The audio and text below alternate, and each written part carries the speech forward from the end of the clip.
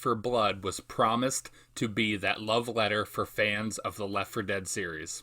I myself was a huge fan of Left 4 Dead and Left 4 Dead 2, but this game left me with cold feelings. Recently, a group of friends of mine had played this game, and boy, do we have some things to say about this game. Let's talk about that. What was the question again? Oh, what did I think of Back 4 Blood and online gaming for the first time? Hang on.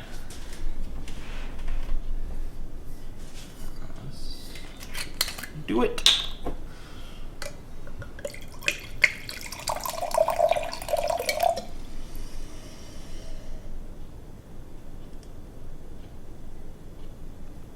All right, well, so Back 4 Blood is a zombie game that I played with Sega Blocks, LameDad, and GameCube Galaxy. And being 100% honest, it was my very first online experience in gaming, and it was terrible. So before you even play, you're in this weird camp, and you have to pick out cards. And I don't know why cards and first-person shooters have anything to do with each other. But it's like you're picking out your special powers, whether it's stamina, more health, more ammo. And you know, that I just want to shoot some zombies, okay? I just want to shoot some zombies with my friends. And so we start playing the game. And so it's like the 30th time we're playing the level. And it's level 1. Like, we're in the first level. And it's kicking our butt. And I'm like, I'm not this bad at video games. Like, I'm really not. And I'm with 3 other guys. And our entire lives revolve around video games. We really can't be this bad at Back 4 Blood. And so we kind of ask ourselves, are we on the easiest setting? Yep, we are. And so, you know, our entire game is one of us is killed, and then 3 of us are trying to survive. One of us is running around trying to heal the one dead one. That person gets killed, and then it's 2 people trying to survive. One person goes back, tries to heal the other 2. That person gets killed, and it's rinse and repeat, restart at the checkpoint. And really, that's what we experienced the entire time playing Back 4 Blood. And then it was just like... So I'm like, you know, my stamina is really, really bad. And like, in real life, like, I get winded going upstairs. Like, I last 10 seconds in bed. Like, I can deal with that. That's realistic. But in Back 4 Blood, I'm just like running out of stamina after 15 seconds of running. And it's just unrealistic. Like, I'm more of a run and shoot type of guy in games, and it's not realistic. And so that was a lot of my frustration with Back 4 Blood, because here I am thinking I'm going to have a jolly good time with some fellow chaps of mine across the land. You know, I'm playing with some Italian prick in Florida. I'm playing with some redneck in Texas, and I'm playing with some hippie freak in Pennsylvania. And, you know, we're just pals. We're just having a good time, just killing zombies, you know, whatevs. And it's what we're doing. Back 4 Blood should have been a great game to play co-op with the homies across multiple platforms. It had it all, the ability to be great. And from the creators of Left 4 Dead and Left 4 Dead 2, this had the formula for greatness. However, due to clunky interfaces such as the card system, why does every multiplayer game need a card system now? A card system should be left to games like MLB The Show. It's not used for a first-person shooter. But I digress. Due to clunky interfaces, it just does not work. Now, the graphics are phenomenal. The PS4 to PS5 upgrade is excellent. No loading times. The graphics are phenomenal. Frame rate is awesome. The sounds are incredible, from the zombies making noise to the amazing soundtrack. That moment when Black Betty comes on and it gets lit and hot. The game has so much potential to be great. Now, playing this game with some really awesome friends and some guys that are pretty good at video games, beating Bloodborns, beating Cupheads, beating the Souls games, you wouldn't think that a first-person shooter would be this difficult. However, the difficulty spike in Back 4 Blood is absurd. Maybe it's because we were going against cross platforms and mixed generations between the PS4 and the PS5, or maybe the game is just that damn difficult. And we weren't even playing on Nightmare or Veteran. While we started there, we did back the difficulty down to casual, and it's extremely frustrating that after 3 hours of playing this game, you beat one level. Don't get me wrong, hanging out with the chat is always a blast, and it's a fantastic time, no matter what the game is. However, there's nothing worse than spending 3 hours beating one level and then hearing the defeat in your homie's voice when y'all have had enough and you just can't take it anymore because you're so sick of losing. So I get the idea that we're not gonna make it any further in Back 4 Blood, and I think we're all at that point. I think even LameDad just sawed it off and was swearing it off, and so then we start playing Temple of Osiris, which was my second online experience with gaming, and that went even worse because we couldn't play 15 minutes of it because the servers were all crashing every 2 seconds. It was glitching out. You got bugs going across the screen, like actual bugs, like locusts flying across the thing. You got black screens flying across and freezing. You got, I got Scott cackling in my ear and Marcello cackling in the other, and I think it was the only time that I was jealous of Helen Keller because, at least the screen was black, but she couldn't hear, and I kind of was jealous of that because I got these two knuckleheads in my ears laughing at all the bugs, and it was like we got a worthless game that we can't even play, and this is my second attempt at online gaming. Like what are we doing, developers? Why are we doing this? It's a bad look. Hey everyone, Marcello here from GameCube Galaxy, and Scott, thank you for inviting me to be part of this Back 4 Blood video you're covering, seeing that it's fitting that the four of us talking about this game were all partners in this game. So that being said, Back 4 Blood, if you haven't watched my buddy LameDad, Dave, in a podcast with Game Mode Retro, he actually cut this disc up live in his podcast with him. Scott, definitely leave a link to that video below because people need to watch that one. His feelings kind of sum up my feelings with this. So, Back 4 Blood is from the same people who made Left 4 Dead, Turtle Rock Studios. But unlike Left 4 Dead, Back 4 Blood has the premise to be a good game, but it falters heavily due to a variety of inconsistencies.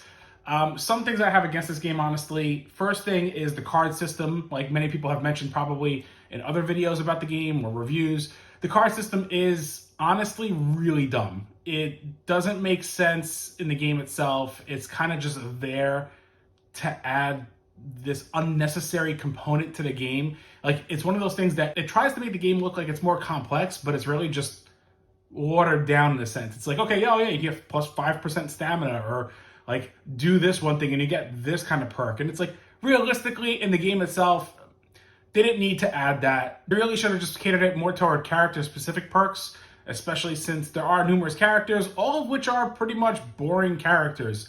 That's another problem I have with the game. Most of the characters here are super generic.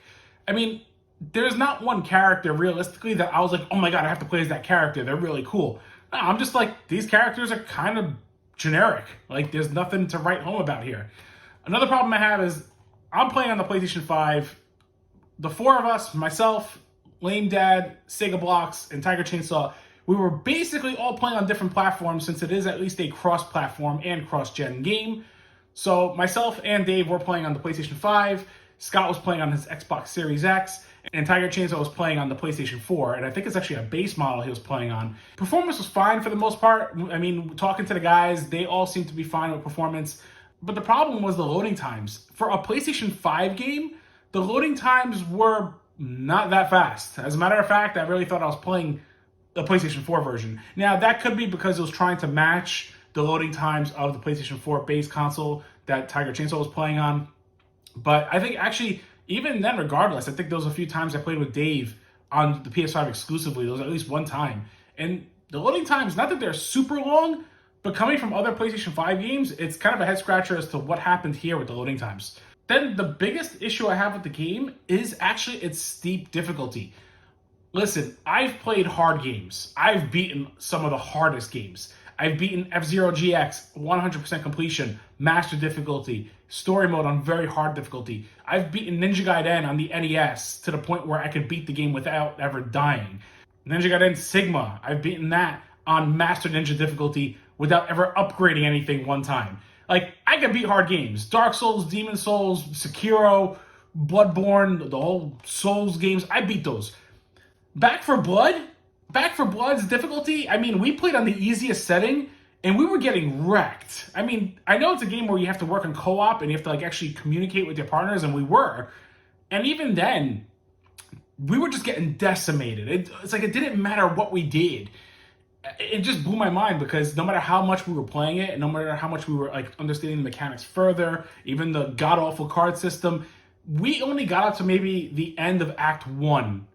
And we've put in easily almost at least 10 hours, minimum. There was one level alone that took us almost 3 hours to beat. I'm sorry, but that's just ludicrous. It wasn't even that rewarding. It wasn't even like, oh, cool, we finally beat the level. It was always like, oh, thank God, I don't have to play that level again. And when I have that feeling with a game, normally that's kind of a bad thing. It's not really anything positive to highlight about the game itself. It's not like this rewarding moment, but rather it's just this painful process you go through with the game, and it's just not even that fun. That being said, it was kind of like a love-hate relationship with this game. There were moments where I was looking forward to playing online with the guys. But I think it was because we were playing together and sharing that experience together that I looked forward to it. As far as mechanics, I've played so many better FPSs, and even if you want to talk about zombie co-op games, there are far better than Back 4 Blood. It's been a while since I've been disappointed with the game. Back 4 Blood is one of those games that I wasn't even that excited for, and I still left disappointed with it. Anyway, Scott, thank you for letting me chat a little bit about my thoughts on Back 4 Blood. I'm curious to hear what you guys all thought, but I'm pretty sure we're all in the same boat. That being said, take it away. And so that is the reason why I'm no longer allowed to be within 100 feet of elementary schools and dog pounds. So, unfortunately, that's kind of my situation that I'm in right now. It's just God's plan. So as you can see, the boys had some really negative things to say about this game, and I would not be any different. First, I will say that card system is it's just the most bullshit thing I've ever seen added to any of these games, to be honest with you. If you want to use cards in like a Magic the Gathering type RPG type game, obviously that's what it's for. But when you're playing a first-person shooter of this nature, what the hell is a card system? The gamers, we want to see a level-up system, maybe even to upgrade your stuff and like your stats, maybe a point system even. But like a card system, the complete mistake. Second of all, the characters in this game, honestly, not memorable at all. About the only thing that was unique to them, and it's escaping me right now because I can't remember the characters' names. But the one girl in the game, the only perk to any of them was she actually had a better stamina than the rest of them. I know that one of the other characters, I believe, had more life, health bar availability, stuff like that. So each character had small perks to them, but there was nothing memorable about the characters at all, or customization wasn't good. The weapons were kind of bland. Yeah, they had some good ones in there. They had different guns and stuff you can get and all that. But the customization was not there. The upgrades just weren't there. The multiplayer was really good as long as you're playing with your friends. As some of the other guys had mentioned, that the frame rate was okay, but the load times, oh my god, was the load times atrocious sometimes. But that could have been because, as Marcelo said, I was playing on a Series X. LameDad was on a PS5. Marcelo was on a PS5. And Tiger Chainsaw Seth was on standard model of a PS4. And so, like, I know that they offered, it was kind of cool that we could all play, like, the, like, cross-gen, cross-plat, but it was kind of weak because, like, load times were atrocious. In 2021, 2022, like, that should be almost unheard of at this point because these systems are so powerful. Going into it, you know, this being a Left 4 Dead, supposed to be like a love letter for Left 4 Dead fans, like, this was more like a taking a shit on a piece of toilet paper to us, to be honest with you. Just so much wrong with this game. The difficulty spike, I don't even gotta mention that. I know all the guys have mentioned that. The difficulty spike was ridiculous. I myself and the other guys, you know, we're no stranger to these tough games. Me personally, 28 plus years in the game, I've seen it, I've done it, I've put some time in there for video games, so I'm not saying I'm an expert by any means, but I've played some tough games, and I'm a pretty seasoned player at this point, and this game, just, the difficulty was just ridiculous. There's no reason why somebody is in an FPS, you know, when it comes to games like Sekiro and, you know, Demon Souls and stuff like that, you expect something to be difficult, and that's what the main, like, idea of it is. But at FPS, you're supposed to be able to cop these zombies' asses, like, pop a cap in these asses, and, like, just go on with your day and progress to the next level, have a little bit of challenge in between. But, oh my god, when you're sitting there spending 3 to 4 hours on one single level, bear in mind, there's, like I think it's 3 or 4 levels per act. When you're spending 3 to 4 hours per level on an act, that's ridiculous. That means that you're going to spend 12 plus hours on one act? I don't think so. That's insane. This game had so much potential, though. Like, you know, the gameplay is there. Like, the levels are fun. When we were in the bar, when Black Betty kept playing over and over again, man, I was laughing my head off because that's, like, just such an iconic song for a rundown bar like that. But, you know, like, some of the levels and stuff were iconic, and, like, the game really has the potential to be good, but it just fell so short. But, yeah, I guess, you know, what I'm saying is this game sucks, and there's only one thing left to do.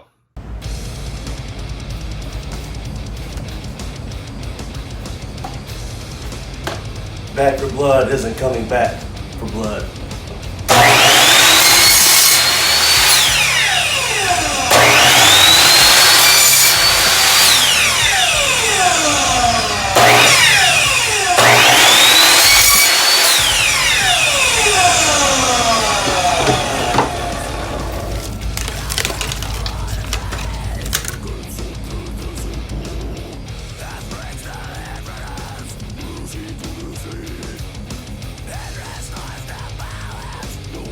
What?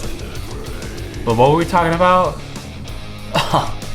Oh, would the 4 of us ever survive a zombie apocalypse?